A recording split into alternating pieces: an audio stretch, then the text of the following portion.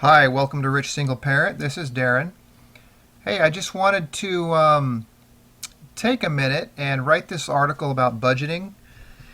I talk to a lot of single parents, primarily single moms. They're really struggling financially. And then as we talk, I find out that they don't really pay attention to where their money's going. In some cases, they're not even sure exactly how much they're bringing in each month from various kinds of income. So I wanted to see if I could help out and just give a few tips and a few recommendations on keeping a single parent budget. And what another thing that prompted it was I saw this article that I note here on U.S. News, and they give some pretty good advice on single mom budgets. And I have a link here in the article, down lower. But it's really, it's one of the most important things you can do as a single parent is to keep track of what you're spending your money on and how much money's coming in. If you're bringing in, say, $3,000 a month and you're spending $4,000, then you're looking for trouble. And you know this. Everybody knows this. This is common sense. And most likely you're spending money on things you don't need. Restaurants can really suck the life out of your budget. Food from the grocery store, good, wholesome, whole foods, not only are they better for you, but they're a lot cheaper. People complain that they can't afford healthy foods, but I don't get that at all. I don't understand how anybody can say that. The most expensive foods are the processed foods. One great tip I heard once was to stay on the outside aisles. Because the outside aisles is where you find the healthy foods and the cheapest foods. All the fruits and vegetables, the dairy, and the meats. They're almost always on the outside aisles of a large grocery store. You start going into the inner aisles, that's where you find the boxes of chips. Bags of chips, boxes of crackers, boxes of cookies. This is going to really inflate your grocery budget. So it is one of the most important things is to keep track of your money. But like I say here, it is important to keep it simple. You don't have to do anything. You don't have to have a special software program or a special even on paper program. Just get a piece of paper and a pencil, write out your income, write out what you expect your expenses to be in the next 30 days, or start on the first of the next month and estimate what you're going to need to spend on each item for the month. Allot your money and stick to it. Now that's the hardest part, is sticking to it. But you can do it. I mean, I've been able to do it, and I know a lot of people that I've talked to, single moms, have been able to do it. They've just had to cut some things out. Another good idea is to use the envelope system. This, of course, is a trick that's been used for probably hundreds of years. But Dave Ramsey is really good at explaining this. This is his program. You can go to DaveRamsey.com. He's got some information there. But it's simple. Just get some envelopes out. Write what each envelope is for. One's car payment, one's electricity, one's groceries. And put the money in that envelope for the upcoming month, what you're going to need for that month.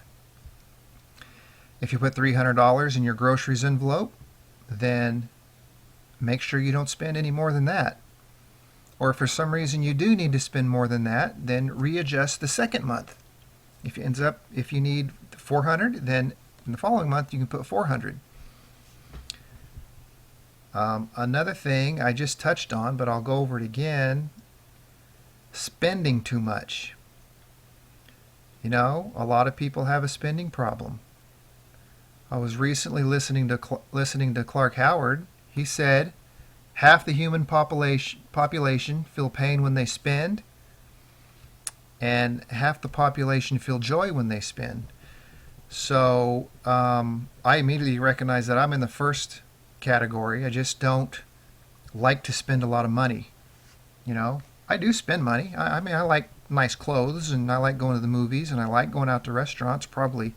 That's probably one of my biggest expenses. I really like eating at restaurants. Being a single dad, I don't always like to cook.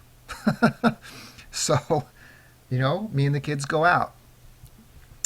But, of course, I have a pretty good income through this blog and through other blogs and other online ventures and offline ventures as well. So I can afford it. But I still keep kind of a mental note of how much I've spent for the month. And if I feel like we're going out to eat too often or going out to eat at places where the food is kind of expensive, I cut it off. I say, okay, this week or for the next 2 weeks, we're not going to go out anymore. We're going to stay at home and we're going to cook our own food. So, obviously, if you have a spending problem, you know who you are, and you need to work on spending less. This is common sense stuff. I'm not telling you anything new, but you got to make sure you have the right attitude. One of the things I learned from Rich Dad Poor Dad, which is a Robert Kiyosaki book, is to view money in a way that's beneficial.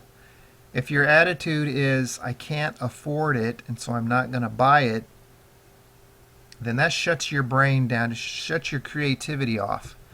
What I'd rather have you say is, when you see something you want to buy, how can I afford that? And that opens your creativity up. Your brain automatically starts to say, okay, what can I do? Can I put in more hours? Can I get a raise? Can I figure out new ways of marketing my blog? Can I figure out new ways of monetizing my blog? What products can I promote that will give me 100% commission? This blog I'm on right now, if you sign somebody else up to this blog, this Empower Network blog, it's 100% commission, and it's month after month after month. So that's just the difference in attitude. So ask, how can I afford something, rather than I can't afford it, period. Start using your creativity.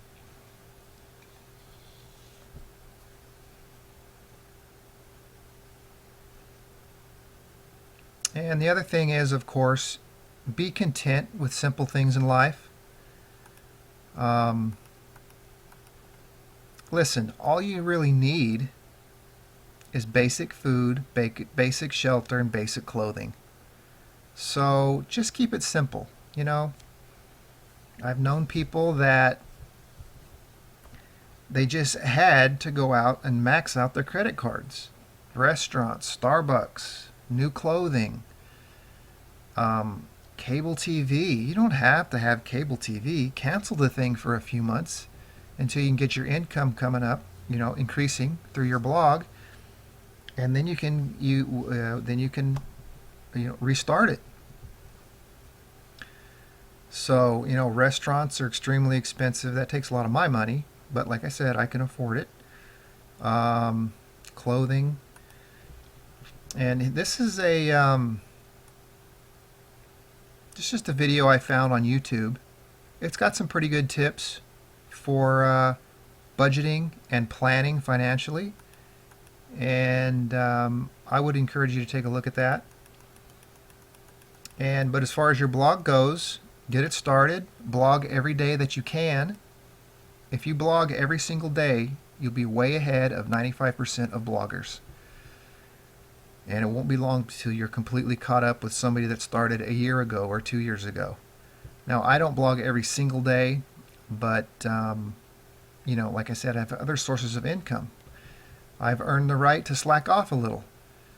So you'll get to that point too, where you don't have to blog every day. But of course, blogging's fun. I enjoy it. But, once in a while, I just want a day off. So I take it. And here's the link to the article I was talking about. A good article on U.S. News about budgeting. And I don't agree with every single thing they said, but there's definitely some useful information there.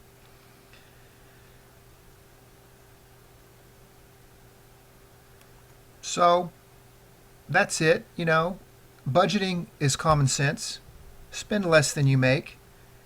And if you find you don't earn enough, you don't have enough income to cover your basic food, basic shelter, basic clothing, then work every single minute you have on creating more income.